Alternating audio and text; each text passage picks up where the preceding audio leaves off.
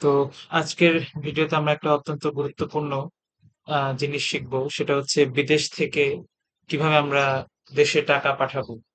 তো আমরা বিদেশ থেকে অনেক ইজি উপায়ে ইসলামী ব্যাংকে আমরা টাকা পাঠাতে পারি। সো কিভাবে আমরা সেই টাকাটা পাঠাবো সে বিষয়ে আজকের ভিডিওটি থাকবে। সো আজকের ভিডিওটা অত্যন্ত গুরুত্বপূর্ণ। আশা করি ভিডিওটি না টেনে পুরো ভিডিওটি দেখবেন এবং কোনো কোশ্চেন থাকলে অবশ্যই আমার ভিডিওতে কমেন্ট করবেন। আশা করি কমেন্টে আমি আপনাদের উত্তর জানিয়ে দিব। তো কথা না বাড়িয়ে শুরু করা যাক আজকের ভিডিওটি।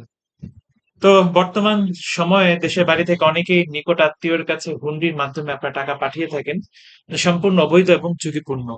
আপনারা চাইলে ইসলামী ব্যাংকের দুইটা সেবা রয়েছে। একটা হচ্ছে সেলফিন, একটা সেলফিন অ্যাপ রয়েছে ইসলামী ব্যাংকে, যেটা আপনার একটা যে মোবাইল রয়েছে, মোবাইল থেকে আপনি সেলফিন অ্যাপটা ডাউনলোড করে ব্যবহার করতে পারবেন।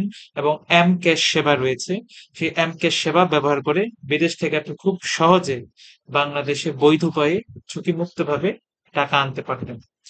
সো সেই বিষয়টি আমরা এখন জানবো কিভাবে আমরা টাকা পাঠাবেন।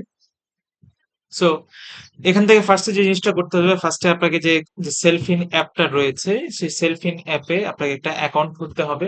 আপনি খুব ইজিলি আপনার অ্যান্ড্রয়েড ফোনটা নিয়ে আপনাদের সেলফিন প্লে গুগল যে প্লে স্টোর রয়েছে, সেই প্লে স্টোর থেকে আপনি সেলফিন অ্যাপটা ডাউনলোড করবেন। করে ওখানে আপনি একটা অ্যাকাউন্ট ক্রিয়েট করবেন।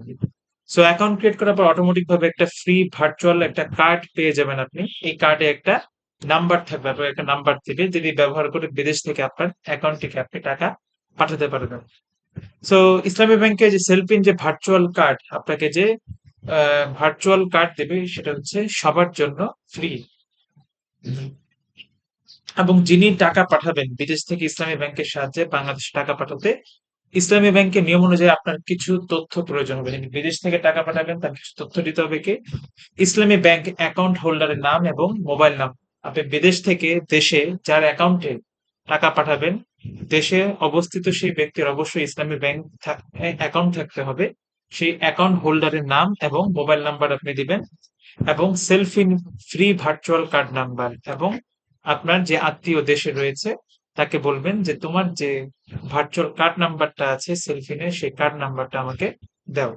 এই তথ্যগুলো সংগ্রহ করে যিনি টাকা পাঠাবেন তাকে ইসলামী ব্যাংকের ফরেন রেমিটেন্স হাউস খুঁজে নিতে হবে। আপনি যেই দেশে রয়েছে সেই দেশে যে ফরেন রেমিটেন্স হাউস রয়েছে সেটা আপনাকে খুঁজে নিতে হবে। তারপর সেখানে গিয়ে অ্যাকাউন্ট হোল্ডারের নাম, mobile number, self in free virtual card number এবং পর্যাপ্ত যে টাকা সেটা দিয়ে আপনি সাবমিট করবেন। তারপরে কি হবে, ফরেন রেমিটেন্স হাউস থেকে আপনাকে একটা স্লিপ দেবে তারা। হ্যাঁ, সেই রেমিটেন্স হাউসে সকল তথ্য আপনাকে নির্ভুলভাবে প্রদান করতে হবে। এবং যিনি টাকা রিসিভ করবেন, বাংলাদেশে বসে যিনি টাকা রিসিভ করবেন, টাকা পাঠানোর পরে রেমিটেন্স হাউস থেকে যে প্রাপ্ত স্লিপ রয়েছে বা ইনভয়েস থাকা তথ্য রিসিভারকে প্রদান করতে হবে। তার মানে বিদেশে থাকা যে ব্যক্তি, সেই যে রেমিটেন্স হাউস বিদেশ থেকে যে তথ্যটা পাবে, সেই তথ্যটা যিনি বাংলাদেশে রিসিভ করবে টাকা, তাকে সেই স্লিপের তথ্য বা স্লিপের ছবিটা তাকে পাঠাবে। সেলফিন অ্যাপ থেকে বাংলাদেশে অবস্থিত যিনি রয়েছেন, তিনি সেলফিন অ্যাপ থেকে রেমিটেন্স রিসিভ করার সময় এই তথ্যগুলো প্রয়োজন হবে। আপনি যখন বাংলাদেশে বসে সেলফিন অ্যাপ থেকে এই টাকাটা গ্রহণ করবেন, তখন কি আপনার ওই বিদেশে অবস্থিত আপনার যে ব্যক্তি আপনাকে টাকা পাঠাচ্ছে, তিনি যে স্লিপটা পেয়েছেন সেই স্লিপ থেকে তথ্যগুলো এই সেলফিন অ্যাপে দিতে হবে।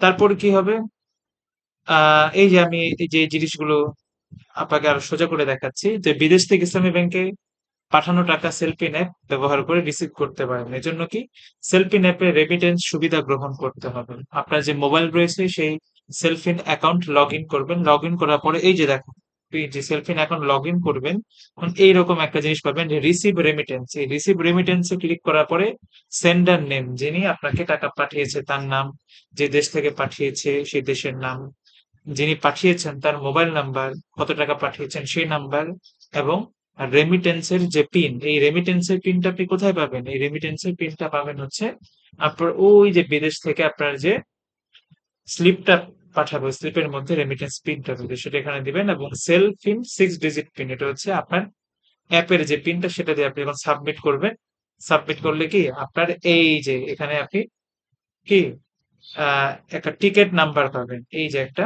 টিকেট নাম্বার পাবেন।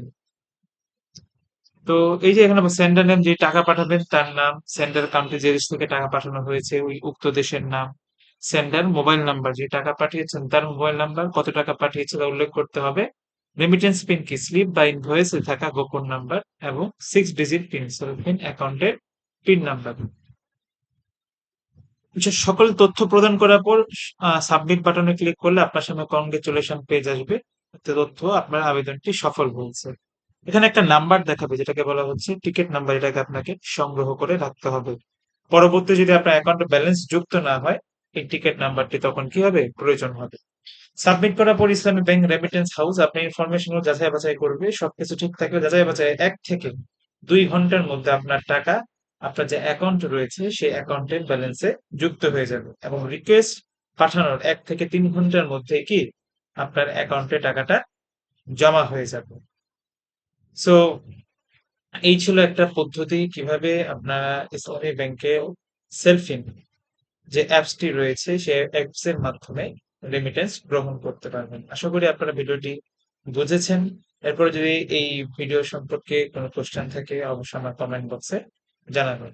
ভিডিওটি ভালো লাগলে অবশ্যই আমার চ্যানেলটি সাবস্ক্রাইব করে রাখবেন, এবং পরবর্তীতে আমরা ইসলামী ব্যাংকের যে এম ক্যাশ এন্ড ক্যাশ এর মাধ্যমে কিভাবে টাকা উত্তোলন করতে পারবেন সেই ভিডিওটি পরবর্তীতে আমার চ্যানেলে আমি দিয়ে দিব। সকলে ভালো থাকুন। সালাম আলাইকুম।